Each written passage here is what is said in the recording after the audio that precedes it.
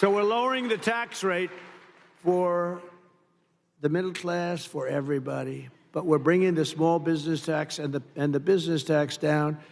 I got it from 39% to 21%, got it approved by Congress. Everyone said that was impossible to do. Got it approved by Congress.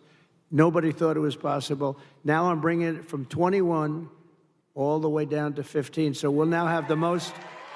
So we'll now have, at 21, we were highly competitive. At 15, we're one of the most competitive in the world because we want to bring companies to this country, right?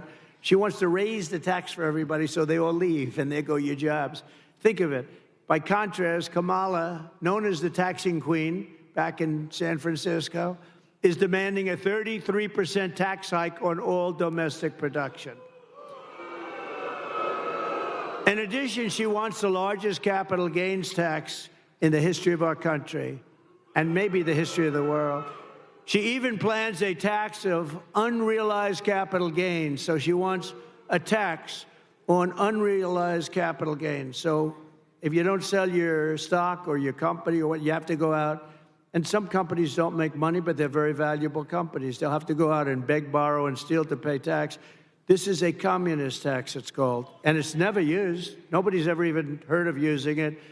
But it's no good, and it's something that we're not going to let happen because we will be driven into a depression, the likes of which we probably only seen in 1929. Kamala Harris already cost the average family $29,000 with her rampant inflation, and now she's coming back for more.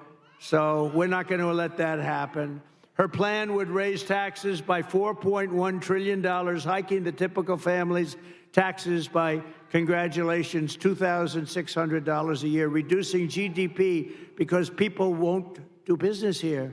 They're going to all leave. Our companies are going to leave. You know, got to remember, these companies are smart, and they have people, they love the country, or in some cases they don't. Some cases they're run by people that aren't from our country, but they always look for the best deal. And they go to Europe, and they go to the medical industry, went to Ireland largely.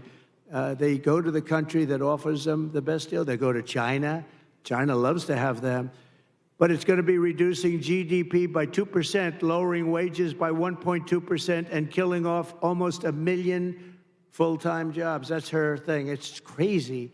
Harris is right now shutting down power plants across the country, causing electricity prices to soar by more than 100%. You see what's happening? It's amazing. They want to go to an all-electric car. Listen to this, which will, by the way, destroy your business in Michigan. They want to go to an all-electric car, right? But in California, where they're going all-electric, they have blackouts every week and brownouts because they don't have enough electricity. So they have to figure that one out. But it's driving us into a third world status by attacking the entire fossil fuel industry, which is, unfortunately, that's the industry. If you want to fire up your big plants, you're not going to do it through wind.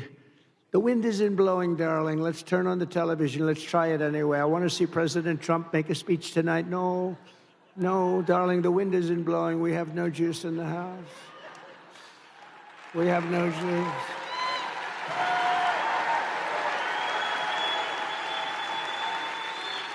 If Kamala Harris, I mean, think of this, her America, if you ship production overseas, she will give you a tax break. In other words, her tax break, this is her plan.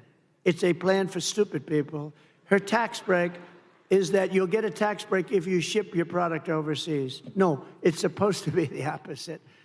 With her tie-breaking vote on what I call the Inflation Creation Act, it's supposed to call the Inflation Reduction Act, remember? And they admitted it was a scam. It's not a name because it had nothing to do with inflation except raising it.